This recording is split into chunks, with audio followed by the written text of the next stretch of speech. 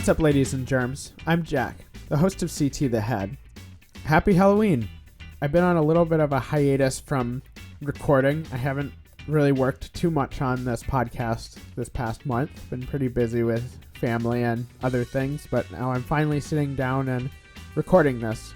So here we go.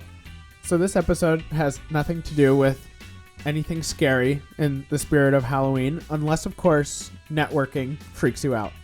I'll share some of my experiences with networking, both in finance and medicine, and how they compare. I'll talk a little bit about shadowing a physician and give you some tips on where you might start to land that kind of opportunity, and then how to maintain these kinds of relationships. Let's go.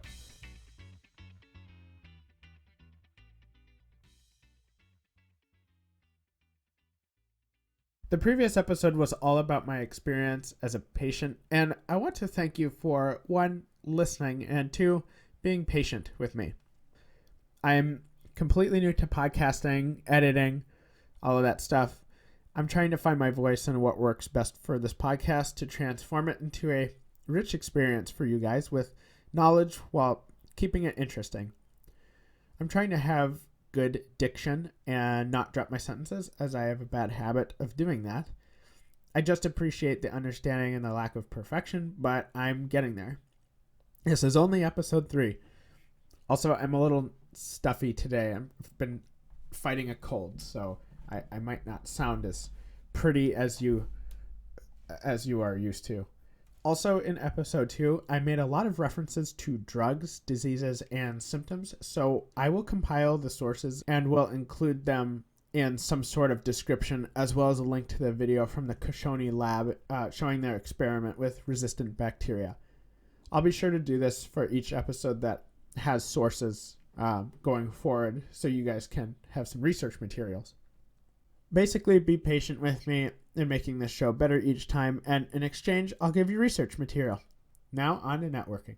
Professional networking is kind of a weird thing for somebody like me who likes to make friends with people because I genuinely like most people I encounter. I don't see relationships as something transactional, I guess. Networking to me seems like I'm only talking to you because through my knowing you and the other, quote, right people, I'll hopefully have a larger paycheck in the future. That attitude turns relationships into a means to an end, and I just don't see it that way. But what is networking? According to Rich Grant, a career advisor at Southern New Hampshire University, professional networking is a process by which you expand your knowledge and capability by leveraging relationships with other professionals. Networking also provides a forum for your career advancement. To me, networking is like an investment. Get to know people for possible return on investment in terms of opportunities in the future. Sounds very means to an endsy to me, but okay. As a side note, I don't think networking is always beneficial or necessary. To me, networking seems like something one should do in the process of building their career. Spending time at different functions, meeting people who may or may not grant you some passage to the next job seems like a waste of time for me if you just want a job, not necessarily a career. In economics, we talk about a concept called opportunity cost, which is something all of us face each day in one form or another. Opportunity cost is the inherent trade-off of engaging in one activity over another, and it's not always a monetary cost. For example, the cost of spending 5 hours hanging out with your friends is 5 hours of studying, or 5 hours of reading, doing laundry, etc. The trade-off arises because we can't spend our time being in 2 places at once. It doesn't make sense to me why somebody looking for any old job would spend their hours networking at the cost of hours applying to jobs online. So basically, I think there are some circumstances where networking might not be the best use of time.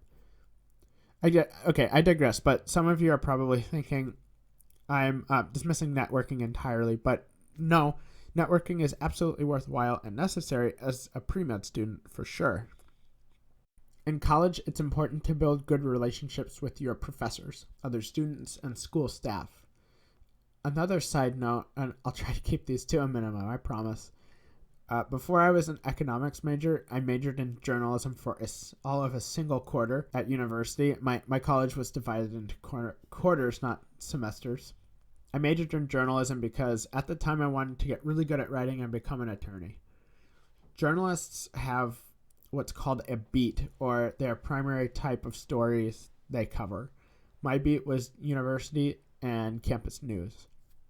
I remember covering a story about the construction of a new science building and another story about changing the online student portal system. And in writing these stories, I had many interviews with Central's then director of public relations, Linda Schachtler.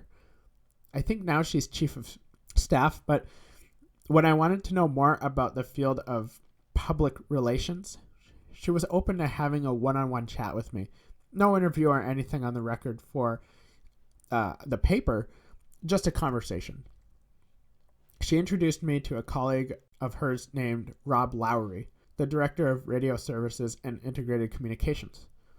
He and I got along well, and we maintained a degree of rapport after our first meeting. More than a year later, when I returned to school for my summer internship at the Fed, he wanted to interview me for an article that was featured on the homepage of Central's website, along with a photo of my beautiful face right there on the homepage of Central's website. The cool thing about networking is you really never know where these relationships are going to take you. Networking in finance with professionals, in my experience, was quite different from networking with peers and faculty at school. It was different in that I really had to tailor my approach to people depending on where I was. For example, in March 2015, myself and 3 other students from the business college were selected to be the first group to travel to New York City for the Quinnipiac University Global Asset Management Education Forum, or GAME Forum. Just call it GAME Forum. We had the opportunity to meet students from other universities across the country and professionals in the investment industry. Because functions as these are understood to be specifically for networking, it's easy to approach people, introduce yourself, and learn something new. The absence of work at these types of things levels the playing field, and you're not wasting somebody else's time because they're there to network. They're there to talk to you. Networking at work, when appropriate, in the financial industry is a different story. In my experience, and this won't be true for everybody, there were a few instances where people seemed resistant to networking. Let's take the case of the Fed. I was excited to both work and get to know the interesting people at that organization, especially my mentor. We'll call him Don Carmack. The purpose of my time there was to, first and foremost, learn through participation in economic research. I was assigned to the Division of Monetary Affairs, where I worked on one of Don's side projects attempting to measure the effect of the Home Affordable Refinance Program, or HARP. HARP was a government program introduced in 2009 and intended to help homeowners who are underwater on their mortgages due to the financial crisis. The term underwater means these homeowners owed more on their mortgage than their home was worth. HARP intended to help these people by allowing them to refinance their mortgage at a lower interest rate. In oversimplified terms, lower monthly mortgage payments means these borrowers may use that saved income to pay down other debts. During my internship, Monetary Affairs was a team of maybe about 7 or so economists and about that many research assistants and 2 interns, including myself, led by Don's immediate boss, Dr. Lee. She has published work that at the time was of particular interest to me because some of her work relates to how people make transactions. About 4 weeks into my job, I was feeling pretty comfortable with the group, and I sent Dr. Lee a message on Skype IM, as we all did, asking if she wanted to meet and talk with me about her experiences and some of her research. I saw that she read the message, but she didn't respond for a couple hours, but that's okay, right? She's the lead economist. She's a busy person. And the beautiful thing about IM is you can leave it until you have time to write a reply. It turned out I made a big mistake. Before I continue, I should contextualize this story by saying that the Fed's HR encouraged us interns to reach out and meet people because it's the Fed, and the economists like to teach and show off research. That afternoon, Don IMs me and asked me to walk to his office. He didn't sit that far from me, so I didn't think much of this because I would walk over to his office at least once a day and talk about the project. So I waltz over there. He asked me to close the door. He just starts yelling. He was so pissed for IMing his boss. What he said, I will never forget. He said, and I quote, "It doesn't look good if I can't control my intern." Excuse me? It's not like I walked into Janet Yellen's office in the middle of a meeting. Guys, if you do something innocuous without malintent, and somebody tells you they need to look as if they have you under control, at the least, that is a person you don't want to work for. At the most, that's an organization you don't want to work for. Consider something else. Think of your boss as who you will become in 5 to 10 years of working that same job. If that person is somebody you don't want to be, don't work there. After that episode, I was hesitant to talk to anybody else other than the other interns. And honestly, I just wanted to go home at that point. So I just focused on the work and learned as much as I possibly could. Oh, and the best part, later that day, Dr. Lee approached me, the person who I IM'd in the first place, and said she could make time to meet with me for coffee and talk about her work. What the hell? Why was this such a big deal? They say the worst thing that can happen making a request of somebody is they say no, but actually it can be worse. I laugh about this now because in hindsight, the whole situation was stupendously high school and unnecessary, but at the time I was pretty butthurt and I felt like I did something really wrong and didn't want to work there in the future. And clearly I chose a different path. And look, don't get me wrong, I am more than grateful to the circumstances that gave me that opportunity. And I really did have an awesome time living in DC and working at the Fed. On a positive note, I met and talked to both the Vice Chair Stanley Fischer and Chair Janet Yellen on separate occasions. I've never been that close to anybody that powerful with such influence on the world. According to Forbes magazine, Janet Yellen was considered the 6th most powerful person in the world behind Angela Merkel, the German Chancellor, Pope Francis, President Obama, and Vladimir Putin, to name a few of the higher spots. Also, I made many friends with my fellow interns, particularly a very bright friend of mine earning her PhD in economics at Harvard. Sorry guys, I sound so sick. My throat and nose are very angry at me. Anyway, the moral of the story as it relates to networking is be careful who you network with, especially at work.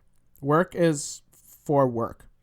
Try to gauge the culture first, which I clearly failed to do, and try to find out who is most welcoming of curious students. If you're about to start an internship somewhere, really do your homework about the organization. The Fed and probably most government organizations are highly tiered, and you're supposed to stay in your lane. And I know that now. Others are flatter, and the leadership is pretty welcoming.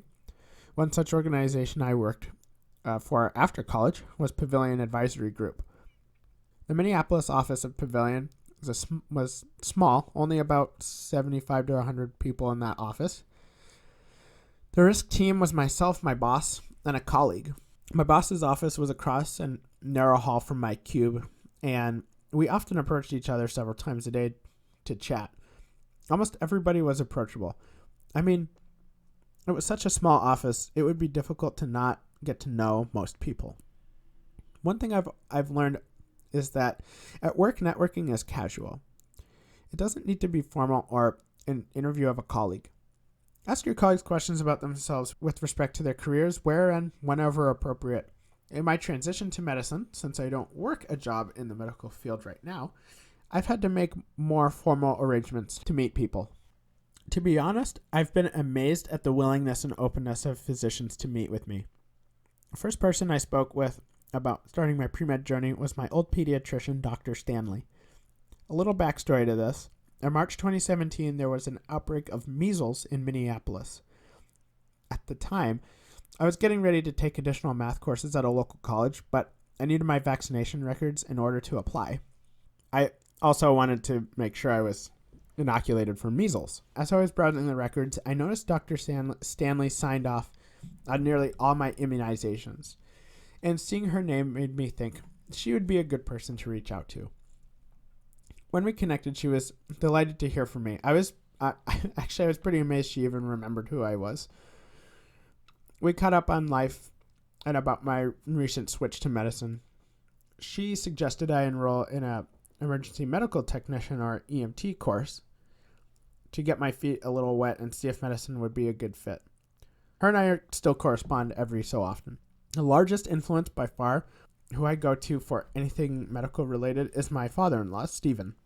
He's a podiatrist and he's always been encouraging, provided me with great information, and even gave me his old stethoscope and a textbook about physical exams. I honestly couldn't thank him enough, nor have asked for a better father-in-law. We talked briefly in the first episode that it helps to have some kind of clinical research on your resume before medical school. If you have the opportunity to participate in research, I would take it. In almost every profession, research is going to be a useful skill to have and refine. I met Dr. Gonzalez through my old statistics professor at Central, Dr. Clive. I reached out to Dr. Clive for some advice regarding math classes to take in preparation for epidemiology. Dr. Clive, noting my interest in epidemiology, put me in touch with his friend Dr. Gonzalez, who invited me to work on some research he and his colleagues were conducting on the prevalence of so-called blacklisted academic publishers. Briefly, often the authors of academic research have to pay money for their research to be published. Sometimes these authors are under pressure to publish in order to build and maintain their reputation, get tenure, etc. Under pressure, authors may pay money to any old online journal that will accept their work. Unfortunately, there are some unscrupulous actors out there who run totally bogus online journals from computer servers in Southeast Asia that take your money and don't exactly offer a legitimate platform. We tried to replicate a blacklist of predatory journals started by Jeffrey Beal, a librarian at the University of Colorado at Denver. The goal was to complete a list of academic journals specifically related to gastroenterology. However, we abandoned the project due to lack of data. Beal was also never able to fully complete his blacklist either. Dr. Gonzalez instead recruited myself and 2 other students from the University of Illinois, Urbana-Champaign, to work on an abstract using data to investigate the occurrence and factors that contribute to complications due to endoscopy. Endoscopy includes upper endoscopy, where the advances advances a scope with a camera into your mouth and down your throat to examine the anatomy of your upper GI tract or stomach. Lower endoscopy includes colonoscopy, which we are probably more familiar with, especially if you're over 50. We talked about Dr. Lester in episode 2. He was the neurosurgeon who operated on my head. I reconnected with him earlier this year. He's retired now, gives lectures on pain management, and was happy to talk to me about medicine. He told me he has never had a patient as young as I was when he saw me reach out to him 26 years later. Dr. Key is a trauma surgeon I shadow here in the cities. I met him through kind of a perfect instance of the chips falling in the right place. We have some close family friends here in town named James and Helen. James used to work with my mom back in the day, so when we moved to the Midwest, we reconnected with them. They lent me a book written by Dr. Key about several patients with challenging surgical cases and their remarkable recoveries. One of the patients featured in this book, we'll call him Peter, is also a friend of James and Helen's. He was a patient of Key's after getting caught on train tracks. Unfortunately, a train was on its way, and it ran him over and tore open his abdomen, spilling his intestines. Horrifying, I know, but Dr. Key was able to save his life. After reading Dr. Key's book, about a year passed, and James and Helen, plus Peter, were attending a lecture presented by Dr. Key. James met up with Key after the talk and mentioned to me my interest in medicine. Dr. Key exchanged his contact information, and James relayed it to me. I met Dr. Key, and I've been shadowing him about once a month since August. Dr. Key leads the trauma team on rounds to each patient under his care. It's my observation that Dr. Key has a masterful interaction with the patients. He's on their level, listening, joking when appropriate, and airs with confidence. He's not afraid to say, "I don't know, but follow up." When a patient's family is present, he makes sure to talk to everybody in the room, not just the patient. Nobody is left out of the discussion. Shadowing is tricky because, as Dr. Stanley explained, there are so many rules and regulations to protect patient privacy, which is a great thing. And consider the liability of the physician and the institution allowing student observations. These are patient-centered rules. And the downside for students is shadowing has become more difficult to participate in outside of being a medical scribe. Before I met Dr. Key, I met Dr. R at a simulation for new EMT students where I was playing a patient. It turned out one of the EMT students, Dr. R, was a resident at a local hospital. At the conclusion of the evening's program, I approached her and we chatted for a while. She offered to let me shadow her, but she needed to check with her attending physician first, of course. Oh, and I should clarify, residents are doctors who are just out of med school and in their residency program at a clinic or hospital, learning how to practice medicine from their boss, or what are called attending physicians. Residency programs, depending on the program and the specialty, can take between 2 to 3 years. Maybe there are ones out there that are longer. Residents are called residents because in the past, they used to work and live at their institution. Anyway, Dr. R and I corresponded for a while over text, but I lost contact with her, and honestly, I completely understand because I'm sure she's insanely busy. One thing to keep in mind when networking with doctors is their patients are their first priority, so don't take anything personally when they can't make time for you.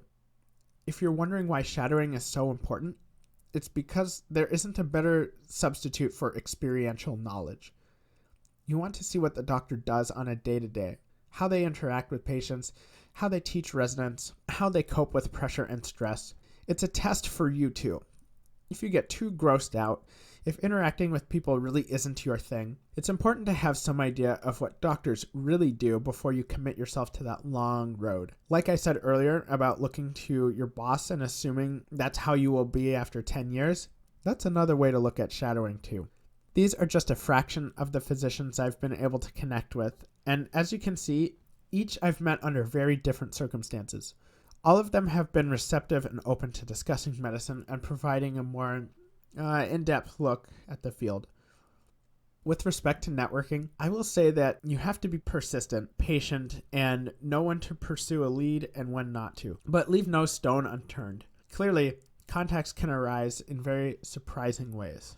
As mentioned, shadowing can be tricky, but I would encourage pre-meds out there to research if your local hospital or clinic has some formal program. Maybe you're a very fortunate person with a physician in your family that could point you in the right direction. I've heard from different sources that cold calling clinics to see if somebody would be willing to let you shadow them is an option, but I have never done this.